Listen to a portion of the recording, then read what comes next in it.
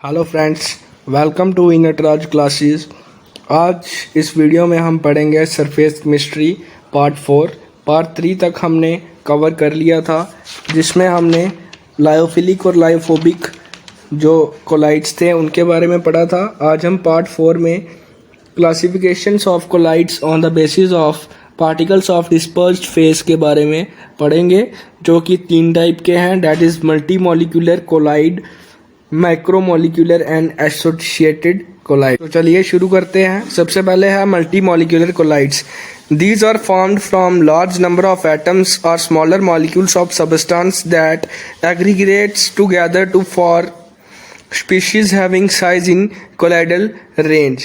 ये जो मॉलिक्यूल्स होते हैं, जो इनके जो मॉलिक्यूल्स होते हैं वो लेस देन होते हैं 10⁻⁻⁹ मीटर से।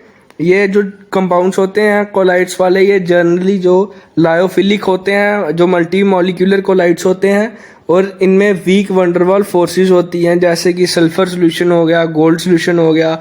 ये जो मॉलिक्यूल्स हैं ये लार्ज नंबर ऑफ एटम से, जो स्मॉल मतलब मॉलिक्यूल्स होते हैं उनसे बनते हैं, जो एक साथ मिलके एक ऐसी स्पीशीज बनाते हैं जिनका जो साइज होता है वो कोलाइडल रेंज का होता है।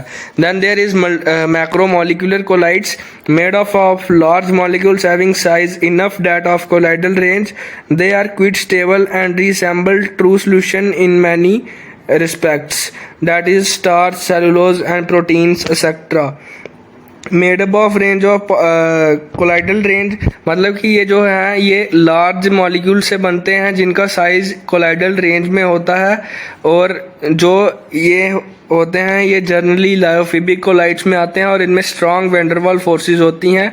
Example is starch, cellulose and protein. And associated colloids, substance which behave as strong electrolyte when dissolved in medium at low concentration but at higher concentration exhibit colloidal properties due to formation of aggregated particles। ऐसी substance जो as a strong electrolyte behave करती हैं जब हम उन्हें किसी भी medium में डिसॉल्व करते हैं लो कंसंट्रेशन पे, but at higher concentration exhibit colloidal properties due to formation of aggregated particles.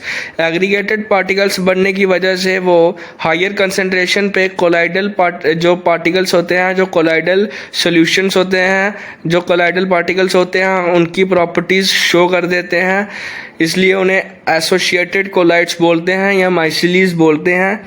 They are made up by electrolysis। They are both generally lyophilic and diaphobic। They also have strong van der Waals forces and their examples is soap solution, detergent, etc. Then we come to purification of colloids। The process used for reducing the amount of impurities from colloid is called purification of colloid। ऐसा process जिसे use करके हम collides में से impurities को remove करते हैं उसे प्यूरिफिकेशन ऑफ कोलाइड बोलते हैं। सबसे पहले प्यूरिफिकेशन ऑफ कोलाइड में आता है dialysis. Dialysis is removing dissolved substance from colloidal solution by means of diffusion through a suitable membrane. Dialysis में हम क्या करते हैं, रिमूविंग डिसॉल्व सब्सटेंस, कोई भी इम्प्यूरिटीज़ होती है हम उसे डिफ्यूज़न से बाहर निकालते हैं, किसी सूटेबल मेम्ब्रेन जो होती है जिसमें इम्प्यूरिटीज़ फंसी होती हैं, उनमें से हम जो इम्प्यूरिटीज़ होती हैं उन मेम्ब्रेन्स में से उन्हें हम बाहर निकालते हैं और हम कोलाइडल सॉल्यूशंस को प्यूरिफाई करते हैं। सबसे पहले जैसे यहाँ पे दिखाया गया है कि ये एक कंटेनर टाइप है जिसमें कोलाइडल सॉल्यूशन है। ये जो डार्क डॉटेड हैं ये इम्प्यूरिटीज़ हैं। ये कोलाइड जो वाटर है, जो कोलाइडल है, डिफ्यूज़न के थ्रू ये जो मेम्ब्रेन है इसमें से हम इम्प्यूरिटीज़ को डिफ्यूज़ आउट कर रहे हैं। The apparatus use for this purpose is called dialysis. इस पर्पस के लिए जो अपरेटस हम यूज करते हैं, डिफ्यूज़न के थ्रू हम जो प्यूरिफिकेशन करते हैं इम्प्यूरिटीज़ की कोलाइड से, उसे हम बोलते हैं dialysis. If dialysis is carried out in presence of electric field, it is known as electrodialysis। In this case electrodes are used to produce electric field which makes movement of ions faster। अगर dialysis electric field की presence में हो तो उसे हम electrodialysis बोलते हैं। Electrodialysis के केस में जो इलेक्ट्रोड्स होते हैं वो यूज़ होते हैं टू प्रोड्यूस इलेक्ट्रिक फील्ड, और जो वो इलेक्ट्रोड्स होते हैं उन इलेक्ट्रिक फील्ड की वजह से जो आयंस की मूवमेंट होती है उन्हें फास्टर कर देते हैं और वो इम्प्योरिटीज़ हैं वो जल्दी आउट हो जाती हैं। Then come to ultra filtration. It is the process of separating the colloidal particle from solvent and soluble solutes present in colloidal solution by using filter paper. Ultra filtration एक simple method है जिसमें हम filter paper को use करके colloidal solution से impurities को निकाल सकते हैं। Then come to properties. सबसे पहली प्रॉपर्टी है Brownian movement. When we see colloidal solution under a microscopic particle of dispersed phase are in random motion which follows zigzag path। अगर हम किसी भी colloidal solution को microscopic particles under a microscopic particles of dispersed phase are in, अगर हम colloidal solution को under microscopes देखते हैं तो जो डिस्पर्स फेस के जो पार्टिकल्स होंगे वो रैंडम मोशन में होंगे और वो फॉलो करते हैं एक जिगजैग पाथ को। This movement was first observed in 1861 by Robert Brown, hence called Brownian movement. ये जो मूवमेंट थी इसको सबसे पहले ऑब्जर्व किया था 1861 में a scientist named as Robert Brown. That's why this movement is known as Brownian movement. It arises due to unbalanced collision of dispersion medium on particles of dispersed phase। जो scientist था Robert brown उसने बोला कि ये जो movement है ये कैसे बनती है कि जो अनबैलेंस्ड कोलिजन होता है डिस्पर्जन मीडियम के पार्टिकल्स का, डिस्पर्जन मीडियम पे डिस्पर्स्ड फेस के पार्टिकल्स का, उस वजह से ये जो मूवमेंट है वो अराइज होती है। The motion is independent of nature of colloidal solution but depends upon size of particle and viscosity of solution. ये जो मोशन होता है ये इंडिपेंडेंट होता है नेचर ऑफ कोलाइडल सोल्यूशन का कोई भी नेचर होगा उससे इसको कोई इफेक्ट नहीं पड़ेगा, बट इसको इफेक्ट पड़ेगा किससे, साइज ऑफ पार्टिकल से और विस्कोसिटी ऑफ सॉल्यूशन से। Then there is significance of Brownian movement. This phenomena explains the stability of colloidal solution. If this movement is no present then particles of dispersed phase will settle down and therefore colloidal state would not have been existed। अगर ये phenomena कहता है कि अगर ये movement colloidal solution में नहीं दिखेगी तो जो पार्टिकल्स एंड डिस्पर्स फेस के वो सेटल डाउन हो जाएंगे, इसलिए जिगजैग मूवमेंट नहीं होगी और कोलाइडल स्टेट नहीं आएगी। और हमें कभी भी अगर जिगजैग कोलाइडल सॉल्यूशन अगर हम किसी चीज़ को कह रहे हैं और उसके जो डिस्पर्स्ड फेस वाले पार्टिकल्स हैं उनमें हमें जिगजैग रैंडम मोशन नहीं दिख रहा है तो वो उस सॉल्यूशन की कोलाइडल स्टेट कभी एग्जिस्ट नहीं करेगी। Then second property is Tyndall effect.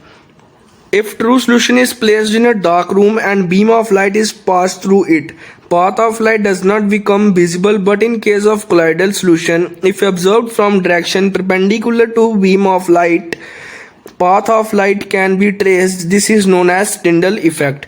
अगर हम किसी भी ट्रू सॉल्यूशन को किसी डार्क रूम में रखते हैं और एक बीम ऑफ लाइट हम पास थ्रू करते हैं उस सॉल्यूशन से, ट्रू सॉल्यूशन से, तो हम जो लाइट का पाथ होगा उसे हम ट्रेस नहीं कर पाएंगे। But in case of colloidal solution अगर हम सेम रूम में कोलाइडल सॉल्यूशन को ऑब्जर्व करेंगे perpendicularly from beam of light, मतलब कि हम एक कोलाइडल सॉल्यूशन को डार्क रूम में रखेंगे, उसमें से एक beam of light pass through करवाएंगे और उस बीम ऑफ लाइट के परपेंडिकुलरली हम जब सॉल्यूशन को ऑब्जर्व करेंगे तो हम जो लाइट का पाथ होगा उसे ट्रेस कर पाएंगे। और ये ही जो प्रोसेस है जिसमें हम डार्क रूम में beam of light colloidal solution से पास करवा रहे हैं और बीम ऑफ लाइट के परपेंडिकुलरली बैठ के ऑब्जर्व कर रहे हैं कि लाइट का पाथ जो है हम उसे ट्रेस कर पा रहे हैं, तो उस इफेक्ट को हम टिंडल इफेक्ट बोलेंगे। Then conditions for Tyndall effects, the wavelength of incident light is almost of similar size that of size of colloidal particles. अगर हमें टिंडल इफेक्ट देखना है कोलाइडल सॉल्यूशन में, तो जो वेवलेंथ होगी इंसिडेंट लाइट की, बीम ऑफ लाइट की जो हम भेजेंगे, वो ऑलमोस्ट सिमिलर होनी चाहिए size of colloidal particles, colloidal particles के ऑलमोस्ट इक्वल होनी चाहिए जो वेवलेंथ होगी इंसिडेंट लाइट की. Then cause it is observed because size of colloidal particles is larger, hence they scatter.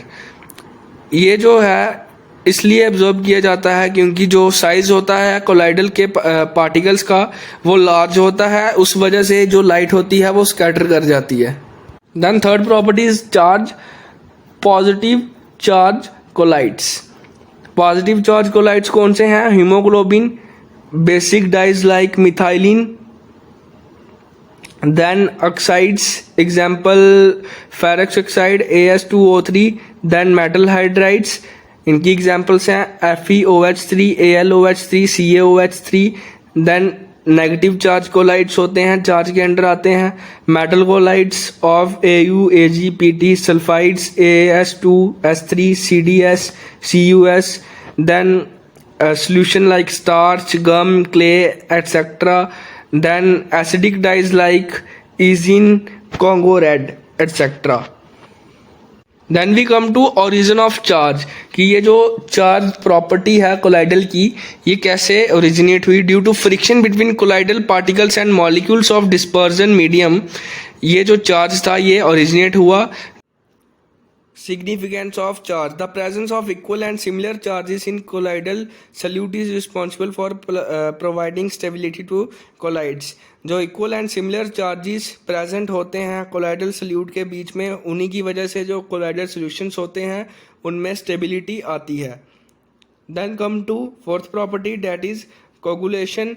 Process in which colloidal solution is precipitated from various methods. ऐसा process जिसमें colloidal solution को हम बहुत सारे method से precipitate कर सकते हैं. जैसे फर्स्ट है by adding electrolyte. Electrolyte on addition with colloid produce ions which neutralize charge on dispersion medium and dispersed phase. The ion responsible for neutralization is called coagulation ion. जो electrolyte की addition पे किसी collide में क्या होता है कि जो आइंस प्रोड्यूस होते हैं वो चार्जेस जो प्रेजेंट होते हैं डिस्पर्सन मीडियम और डिस्पर्सन फेज पे उन्हें न्यूट्रलाइज कर देते हैं, और ये जो न्यूट्रलाइज करते हैं आइंस, इन्हें हम कोगुलेटिंग आइंस बोलते हैं. Then second, by boiling. When colloidal solution is boiled, rate of collision increases due to increase in kinetic energy. During boiling, the particle gain energy, thus vibration increases, resulting in disturbing adsorption layer.